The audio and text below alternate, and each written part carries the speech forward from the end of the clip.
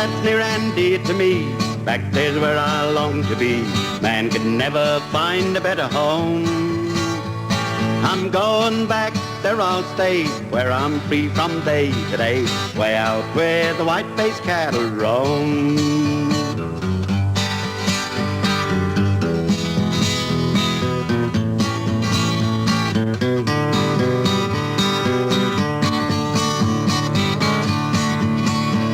I love the scent of the blue gum trees, blowing in the evening breeze, where the bees are building honeycomb.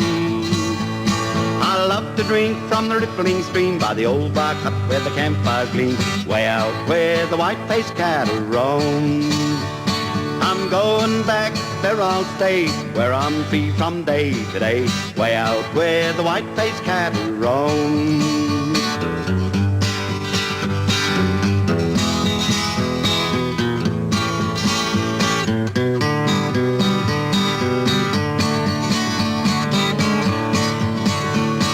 The kangaroo bounds across the plain, and the dust storm blow before the rain. The dingoes prowl and howl a mournful tone. When the jackass laughs in the early morn, means another day is gone, way out where the white-faced cattle roam. I'm going back, there I'll stay, where I'm free from day to day, way out where the white-faced cattle roam.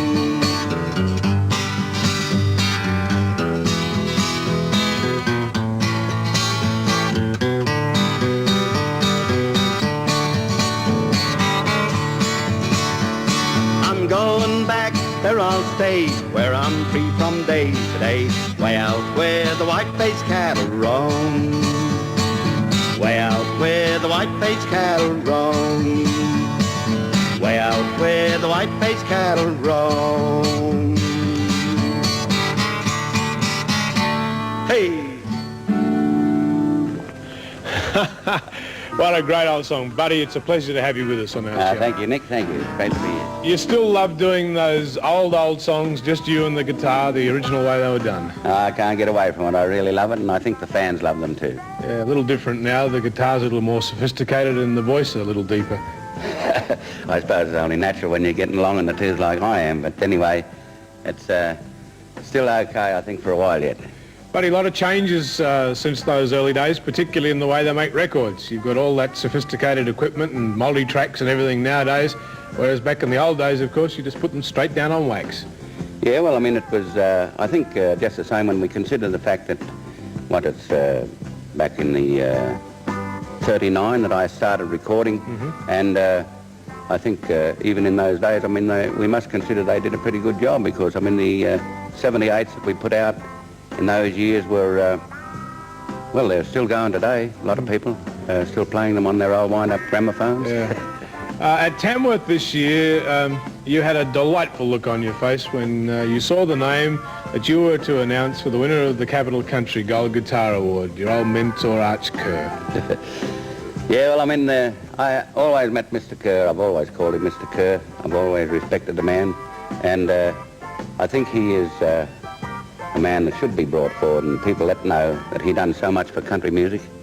I mean, he introduced a lot of stars in country music in the early years, and he was one of the greatest, I think, critics that I ever had. I always was pleased to be under his direction. That discipline which he instilled in you, has it carried you in good stead over all those years? I think it sort of carried me for a long, long time, because I never changed to a band or modern backing for many, many years. I was the last of the country and western artists to do that, and I think that was because of Mr. Kerr. He mentioned to me at one stage when I did want to start recording with a band, and he suggested no. He said, don't do that. He said, some other artists have tried it and the record sales have dropped immensely, so I stuck with it, and I think it sort of ground into me. And of course, a lot of things that Mr. Kerr did, as he said, well, he said, during our association, he said, we never put out a croupie, and I think he was right too. Of those early days, they're the songs that are near and dear to you, of course, and you've recorded many of them since the original recordings. I think it's so easy because of my life in the early days. I mean, the type of song that was appreciated mostly, I think, then was the song that had meaning in it. And, of course, I mean, things were more sincere. I mean, people are much more light-hearted today. But things meant something in the early years. I mean, I think it was the lifestyle of the people, too, because, I mean, times were pretty tough. And I think that's the way people felt. I felt the sorrow. And it wasn't hard to sort of bring a tear to a person's eye when you sang a song that really had some meaning in it. And those were a lot of the type of songs that I used to sing. And I think mainly because of my own lifestyle, brought up on an orphanage at Glebe Point in Sydney. Yeah. And I used to write songs like The Orphan Boy and His Dog. Now, that's got a story behind it, so you better tell that. Oh, well, The Orphan Boy and His Dog was an inspiration of a song like when I grew up later years. When I was on the orphanage at Glebe Point, matter of fact, if I may mention it, I was in Sydney only just about 5 or 6 weeks ago, and for a quick trip, and I called and visited the old place, the old orphanage. Still the same? Exactly the same, the old building is. No difference whatsoever, of course. I took the wife and I took the daughter and the grandchildren to see where old Poppy used to sort of wander around when he was a kid. But at the orphanage itself in those times, I mean, it was one of those things that, I mean, sort of instilled on my memory was the fact that I had no people on my side to come and visit me, you see. And when visitors would come to visit the kids, I'd be in the background, and it used to always hurt me to see them getting little presents given to them and lollies and things like that. And then there came the heyday. One day I really struck it rich. Little mate that I'd made it up with, I think it was a bit of cunningness on my part really that I made it up with him, that he took me to meet his mum, and she gave me some lollies too. And things were different then. And I started to really become a good boy around the orphanage. Like, I mean, they used to think I was pretty good anyway, the bosses of the orphanage at Glebe Point. And one day they asked me if I would go out and clean the front yard. That's right on the footpath of the main road, just runs past Glebe Road there. And because, I mean, you wouldn't be allowed out in the front unless you were a good boy, like, I mean, and they could trust you, you see. But they made that big mistake. I was one person they couldn't trust, as it turned out, because the gate was open, and when I saw the gate open, I took off. And in my wanderings, I wandered around Glebe, the various back streets, and eventually it became night time. But in the afternoon, I met up with this little dog, and he and I became great mates. And I was glad of his company. And when it came for a time to eat, well, I'd never thought of that sort of thing. But anyway, instinct told me, well, there might be some scraps in some of the garbage bins, and that's exactly what we did. We raced around all the garbage bins, and the little dog, he was there waiting for his little bit of tucker as well. Came night time, and I camped in this old Ford car. I think it was a Ford, just from memory what it looked like today. But they were the real early model cars, and I didn't wake up early enough in the morning, and I got caught. And the person who caught me took me into a house. Evidently he was off to work, and I always remember giving me this bread and, they call it sop, bread and milk and sugar. It used to taste good to me too in those days. But anyway, I think they just was sort of keeping my attention while they waited for the police to come along. I'd already rang the police, and I wound up in the Glebe Point police station, waiting for the guardians from the orphanage to come and get me. And I never forget that. That lives in my memory, and it's strange how history repeats itself, that I wound up in the same place when I was in my early 20s, back in the same place. And but it was only through just stupidity, I mean to say, that I wound up there again. In the days when I was busking on the street, singing on the street, and was in a place and just didn't get away quick enough, and the police caught me and locked me up for a while. There's so many of those old songs, of course, are so true, and you tell those stories so well. I mean, about the days at Dorrigo and the days at Glebe, and of course when you're out busking further. And in Tamworth this year, you did us a great service, and up on the railway station did Wingie the Railway Cop for us on a very hot day. And I'd like to show that again now if I could, because I thought that was good fun. Oh, I reckon that'd be great, because a lot of people requested that song, you know, since I've heard it. It's been really wonderful. All right, here's Buddy doing Wingie the Railway Cop again, as recorded in Tamworth. Now come on, all you hobos, I'll tell you all a tale about a trip I had up north aboard the Sunshine Mail. It was in the early morning, I heard her whistle blow. When nearing Gimpy Station, I grabbed my swag to go. I was just about to leave her, but the speed was far too great. And as I jumped into the dark, I found it was too late. For a one-armed guy, you hobos know, hooked me by the coat. I struggled with him for a while, but I found he was no joke.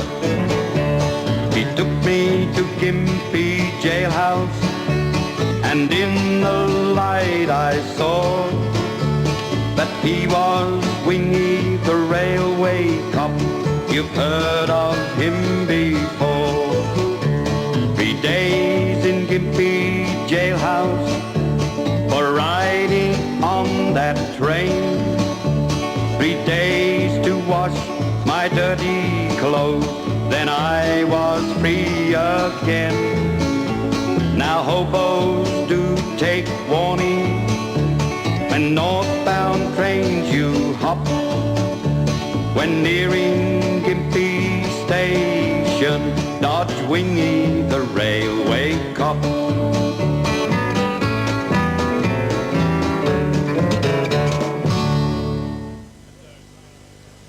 That's a great old favourite from my guest, Buddy Williams. Buddy, over the years you've recorded a heck of a lot of songs by other people, particularly Shorty Ranger. Yeah, well, Shorty's one of my favourite writers, and I've recorded about 41 of his songs now. Yeah. On the album Wonder Valley, you in fact recorded a song which Shorty wrote and recorded before he's got his first recording contract 30 years ago. Well, it took him a long time to give it to me, and it took me a long time to get down to recording it too. All right, let's take a break here and come back and hear Buddy singing the Shorty Ranger song written at the end of the 1940s. Thinking back over your story in those early days when, of course, you're in the orphanage and you went to the foster home up at Dorrigo, which you didn't like at all, and then really as a rebellious act got away from it and started busking. There was a pretty good chance that Buddy Williams was going to end up on the wrong side of the tracks, because you mixed with some pretty rough company there for a while, didn't you? Well, I did, in the early years, I did have to sort all that out. I remember when I was in my teens, busking around different places, and I went for a trip up along the coast there. We were doing a bit of fishing and just the other week, and different places we called at. I remember, and I was saying to the wife, well, I remember on that corner there, years ago, I busked around Gosford, Newcastle, all through that country, and jumped frames up in northern Queensland. Yes, I could have easily got on the wrong track, I think. There was a time in my life I had to make that decision, because when I was a youth, and I was in Sydney at the time, and when I was around Sydney, of course, I wound up at the Great Western Hotel, the old Great Western in Sydney, and I was there with some gang that picked me up busking on the street, and they were pretty rough characters. And they took me to Sydney, but they had that sort of talk that I liked, you know, about getting onto records, and that was one of the big things, and they said, oh, we could get you on records, no trouble. So I went to Sydney with them, and I wound up with this crew. There was 2 blokes and 2 women, and they had the hotel at the Great Western. They had the rooms booked there, and the money that I'd earned singing on the street, I had it tucked in the toes of my shoes. I thought I had a hide there, you know, and came one day. They came to me and they said, oh, we got a certainty, they said, on a horse. They said, do you want to make some money? And I said, sure do. I said, they said, we got the tip, we got a certainty. And I said, oh, this is great. I thought I'll be in this. Muggins, of course. And anyway, they took the money. I never saw what horses went on or anything, but they took the money all right. And anyway, I never got any winnings at all. And I think I'm last, I reckon. I didn't even know what they were doing. I didn't know anything about horse racing or anything like that. But anyway, I'm much the same today. But you did end up having an association with a pretty well-known criminal back in the day. Yes, but it was from there where I met these fellows. When I cleared out, I got away from them too. I had this habit of clearing out. I didn't like that situation at all. And I remember there was a woman who befriended me, Molly Gleeson, in Sydney, and I don't know whether you happen to see this, Molly, but if you do, I don't forget you ever for the kindness you've done me all over the years when I was just a kid, and I appreciate it very much. And Molly befriended me, and at the Great Western Hotel, I think I'd have starved because I'd run out of money, and they had counter lunches, and she was the barmaid at the hotel, and she used to slip me these counter lunches from time to time, and something I greatly appreciated. She moved from there up to the King's Cross, up to the hotel mansions, and of course, when I ever went to Sydney, I'd always look Molly up. I could never forget what she'd done for me. She was like a mother to me, and I sidled up to the bar, up to say hello to her at King's Cross. We were just talking across. She was over in the centre of the bar. She was the cashier. And while we were there, a fellow sidled up to me, and he said, "G'day, buddy." "No, howdy." And I looked at him, and he was a real smart-looking cookie. You know, he had a pork pie hat with a feather in the top, and he had these white-capped shoes and real boxed shoulders, padded shoulders on his coats. He was a real dapper-looking fella. And I didn't know him, but he said, "Have a drink?" And I said, "Oh, yeah." I was on my own, so I was just ordered the drink, and Molly said, "I'd like to see you, love." And I said, "Oh, yeah." So I had to go out underneath the bar and over to the cashier over in the centre of the place where she was. Sort of the bar went right around. And when I went up to see her, she said, "You're not very fussy who you drink with, are you?" And I said, "I don't know." I said, "I've never met him in my life." She said, "You're only drinking with Donald the Duck today." She said, "The gangster, Donald Duck." I said, "Donald Duck?" And she said, "Yeah, that's him." She said, "The gangster, Donald Duck Day." Well, he was the rage, I mean to say, at that time, and well known. And when the papers used to just spruik about Donald Duck, and I thought to myself, well, this guy spoke to me, knew me name. He got me singled out. I thought, this is no good. And so anyway, I went back and I said, "Excuse me, mate." I said, "I've got to go to the toilet." So another shoot through job. And after that, I started to think very seriously. I thought to myself, well, this is pretty queer. I mean, gangsters are sort of, singling me out, know me. I thought, I've got to do something about this. What have I got to do? And I've got to make a decision. Looks like I'm getting in the wrong company somewhere. And I did make a decision, and it was one that I made, whether it mean anything to anybody else or not, but it has meant a lot to me. I decided that I was going to take the straight and narrow path and not waver, no matter what happened. I'd be truthful, and everything, above all, I'd be truthful and good to my friends and do help people where I possibly could. And I made that decision way back in those years, and I've tried to stick with it ever since. It's held you in good stead. I found it a bit hard, but it's held you in good stead. I think so, yes. Yep. I think I've made a lot of friends for many, many years, and I'm very pleased. Good friends. Buddy, it's been very nice having you with us. I thank you for your company, and I hope that it's not the last time we see you. Of all the albums that you've done, and you've done over 40 and all those 78s, there is a sprinkling of American songs amongst them, even though most of the songs that you do are Australian. And I single out two artists particularly, Jimmy Rogers and Hank Williams amongst your favourites. Yeah, well, Jimmy Rogers was my inspiration, and I knew that I could never be Jimmy Rogers, and I said, well, you can't be Jimmy Rogers, but you can be Buddy Williams, so be Australian, and that's why I stuck to the Australian scene. And Jimmy was my greatest and most favourite artist of all, and then came Hank Williams, and he was one artist that I really did love. Well, and I paid a tribute to him by doing a long play recording. Yes. Also did a tribute to Jimmy Rogers way back in the early years. Yes, remember it well. As a goodbye, would you sing us a Hank Williams song right now? I'd really love to, Nick. Right. Buddy, thanks for being with us, and we do hope to see you again. My pleasure. Thank you, Australia.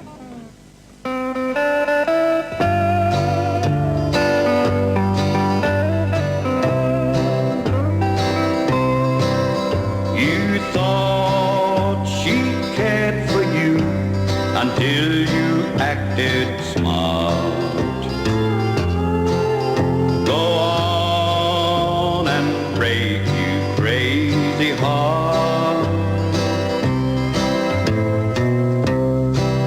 You live on promises I knew would fall apart. Go on and break you crazy heart. You never would admit you were mistaken. You didn't even know the chances you were taking. I knew you couldn't win. I told you from the start. Go on and break you crazy heart. Let's hear Wingie Butler.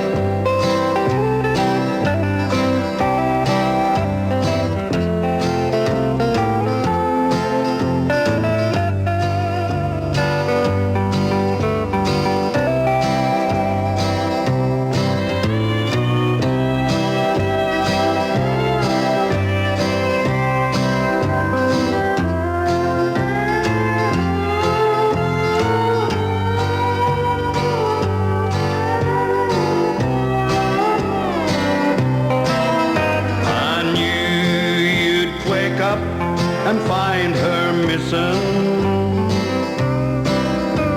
I tried my best to warn you, but you just wouldn't listen. You told me I was wrong. You thought that you were smart. Go on and break you crazy heart. You never would admit you were mistaken.